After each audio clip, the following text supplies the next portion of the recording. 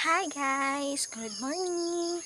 Ipapakita ko nga pala sa inyo yung ano yung mga hobby ko. Habang walang work, at maliban sa mga pinagkakabalahan ko, nabivisit nga pala ako sa mahilig ako sa mga bulaklak, sa mga tanim, sa agrikultura. Kasi ito din kasi yung hilig ng parents ko. So makikita yung produkto namin is cacao. So we love to plant cacao products. Cacao trees. Papakita ko nga pala sa iyo kung ano ang hitsura ng cacao.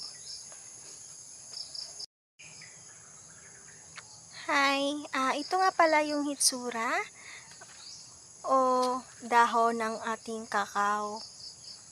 Yan. Ito yung natin, bunga. Ito.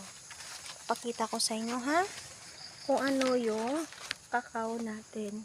Ito. Nakabalot pa siya kasi ganyan. Ito, need na natin tong need natin yang alagaan.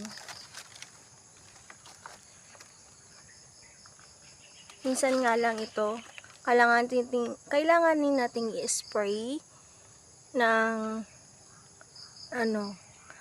pampaalis ng